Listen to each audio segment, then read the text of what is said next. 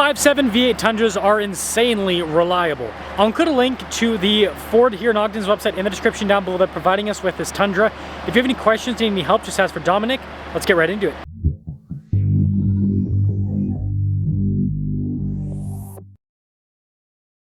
This is your last chance to win this Porsche Cayman GT4 RS. So use code BHC or click the link in the description down below or in the pinned comment. Any donation, $25 or more, will get you 4x bonus entries into the giveaway.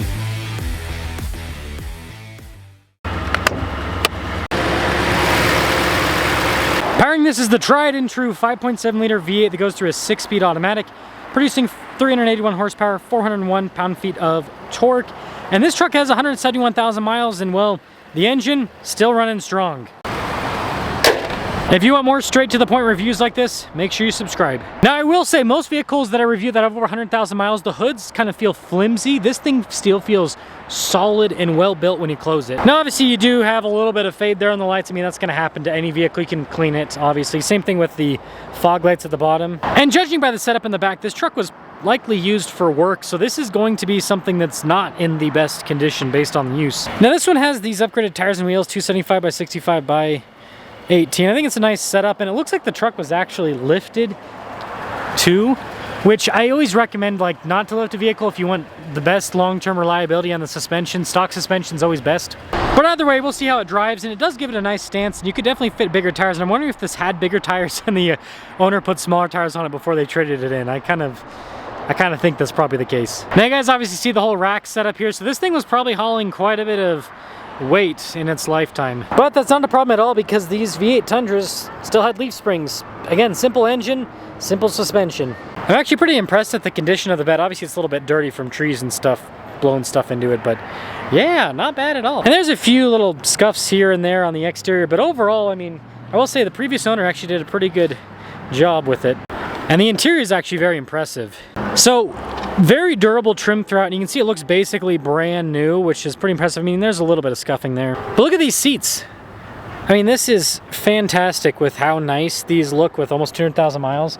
And that obviously lifts up. You got the flat load floor in front. We also have vents in the back as well. And if that wasn't enough, if we take a look up front, the convex mirror looks like it's almost kind of falling off a little bit, but that's probably aftermarket if I remember. Yeah, that's got to be aftermarket. Anyways, you can see more of that trim. This is going to have the most wear because it's the driver's side. And even the driver's seat that's going to have the most wear is held up pretty well. You do have a bit of wear showing here on the bolster, but I mean, that's just aesthetic. Everything still functions normally, and even the power seat controls still work perfectly fine. Guess what? This has the power sliding window, and even that works. Now the steering wheel is another item that'll have the most wear, and look at this.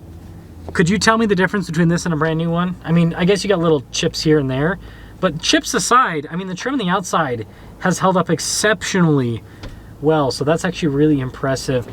And then same thing with the gauges. And again, this is why I like analog gauges. Like, yeah, this looks a little bit old school, but it doesn't look bad at all.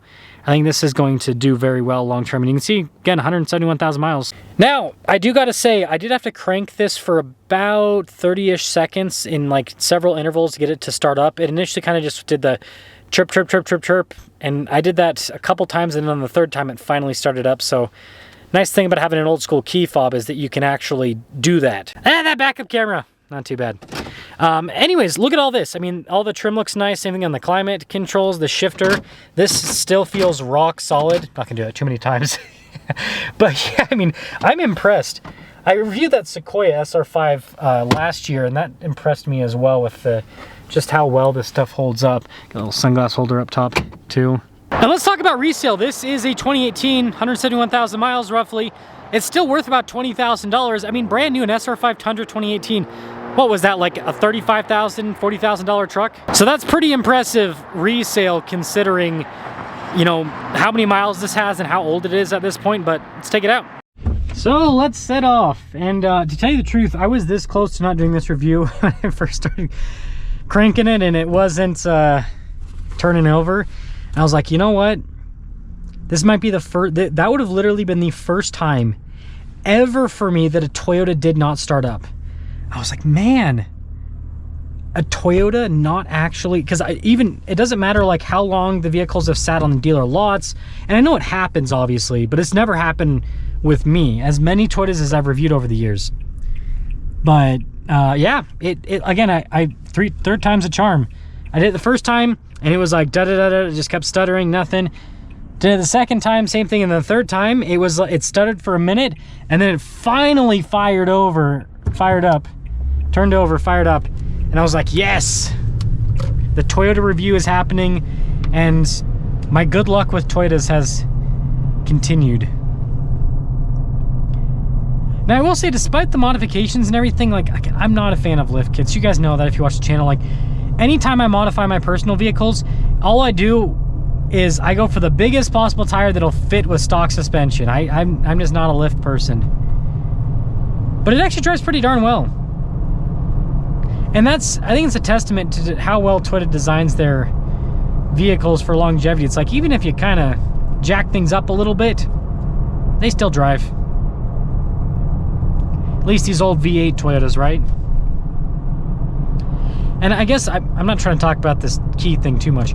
This is the thing I like about these old style keys where you stick them in the ignition, is you can like really choose with the turning over. Now, push button start cars, some of them let you do that to an extent. Like, it depends. Like, some push button cars, if you press it and it has any sort of like glitch like that, it just goes out, won't do anything. Some cars, you actually push it and it will do the equivalent of holding the key, where it'll just, you know, kind of stutter and everything.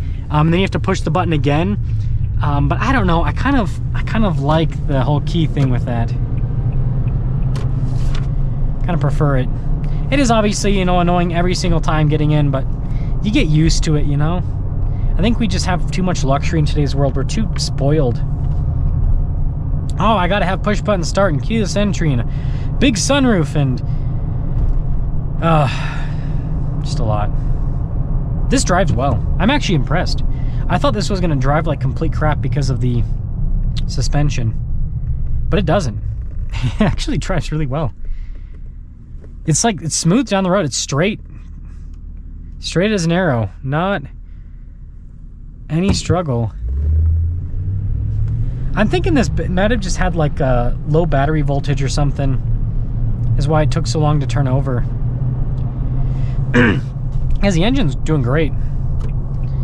It's not, you guys know I have a 5.7 V8 Land Cruiser, and that obviously is tuned a little bit different than this in terms of how it drives, but like, it drives just as well as my Land Cruiser that only has 30,000 miles in terms of the performance of the engine. It feels great.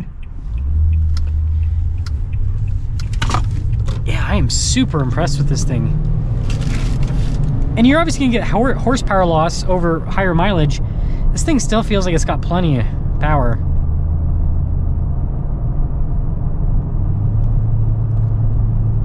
Still does the V8 instant response and just torquing through everything.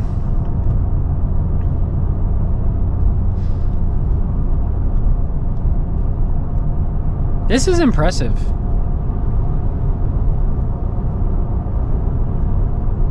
I mean, there's a lot of cars that don't drive this well after 30,000 miles, let alone 170,000.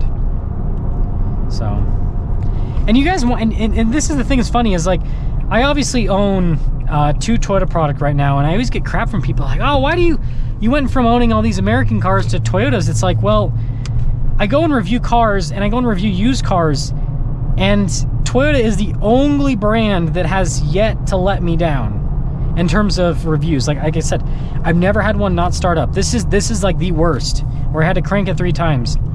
They always start up, they always drive, and even the high mileage ones just drive fine. They're comfortable, the suspension does fine. And you see so many of the old ones on the road too. I mean, that's the Lexus, what's LX 470. It's the Lexus Land Cruiser, the older one. I bet that thing's got some mileage on it, and it's doing just fine. So it's like you can really mileage these things out. They hold their value well. They drive well. And again, they're not as exciting as some other cars. They don't have as much in terms of features oftentimes, and sometimes Toyota's tech is a bit behind, but it's like, I'd rather be a bit behind and have everything work, and have everything work up to high mileage, than have a car where it's like cutting edge, but then everything, like our Land Rover Defender my wife and I owned. I mean, gosh, having to take it into the shop like, what, 3 times in the first year, and having the power steering go out and have the coolant line disintegrate and all this other stuff, and only 10,000 miles. I mean, it's just like silly stuff. Don't want to have to deal with that. Hopefully the modern turbo Toyotas are going to be like this, because this is nice. Like, this truck feels like it's got another 170,000 miles plus left in the tank easily. So that's all.